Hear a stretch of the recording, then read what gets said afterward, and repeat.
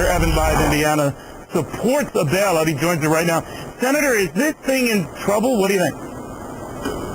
Well, Neil, we don't know right now, and we won't know until it actually comes up for a vote. But by all appearances, it may be a little short of the 60 votes needed to break a filibuster in the Senate. All right, so explain the mechanics to me, Senator. If it does not have that 60 votes, it is effectively dead, right? Well, I mean, at least with this session. Yeah, Yogi Berra should have been a senator, Neil. It's not over till it's over, I think he once said. So, look, it's possible that the current proposal will be brought to a vote, not get the 60 votes, and then we'll adopt some of Senator Corker's proposals, or there'll be some compromise made. So, yeah, we should stress the Senator Corker's proposals would put more teeth into this, more conditions, that sort of thing. Will that do the trick? Correct. I hope there's some sensible center here. I mean, there are some people who want to give money with largely no strings attached. I think that would be foolish.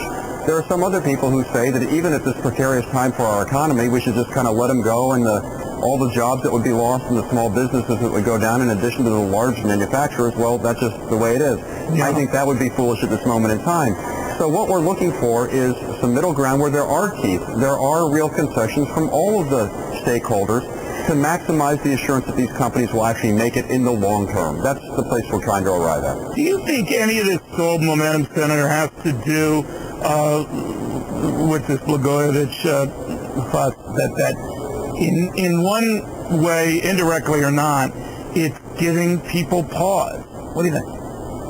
I really don't think there's a connection there, Neil. I think that most of the objections are based upon either ideological objections or pragmatic objections. Either people just don't think the government should be doing this kind of thing.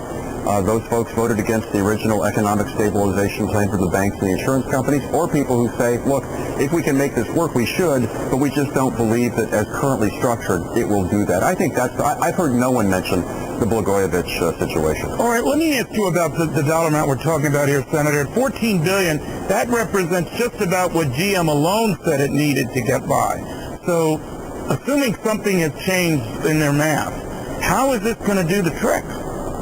Well, you have to remember, Ford has taken themselves out of the equation. They may have enough liquidity to make it for a while and would prefer to remain outside of this proposal.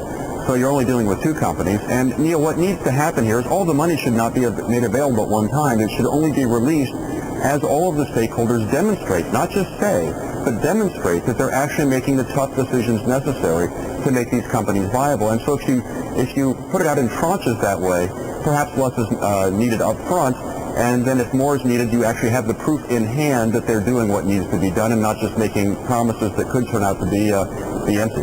You know, but Senator, I know so much about you're a pretty conservative financial guy. You don't like to waste money. In fact, you're pretty tough in your party about that. And you're very reasoned in your approach to doling out taxpayer dollars. And I wonder whether this is a momentary lapse on your part or whether you've been working too hard, because I tell you, whatever teeth you put into this, it could be good money going after bad, right? Well, Neil, let me tell you where I'm coming from on this. First of all, I don't want to be doing this. I didn't want to do what we did for the banks or the insurance industry.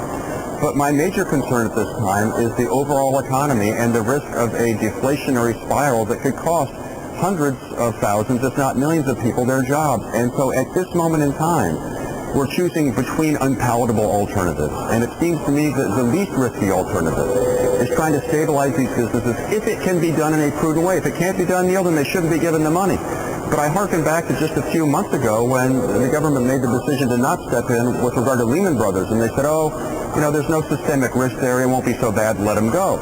Well, it turned out in hindsight to cost the country and the taxpayers a whole lot more. So, well, that's debatable, right? I mean, you could argue that the rescues prior and post contributed to that, but we'll never know. I'll never know. The bottom line is, I don't like this. You're right in your intuition about my general predisposition toward these things, but I am gravely concerned about the overall condition of the economy and think that additional instability at this particular moment may not be the path to follow. If the economy were growing robustly, if businesses were expanding, if we didn't have these global scale problems that we had, it's entirely likely that I and others would be taking a different approach. But we are where we are right now and have to deal with the facts as we face them.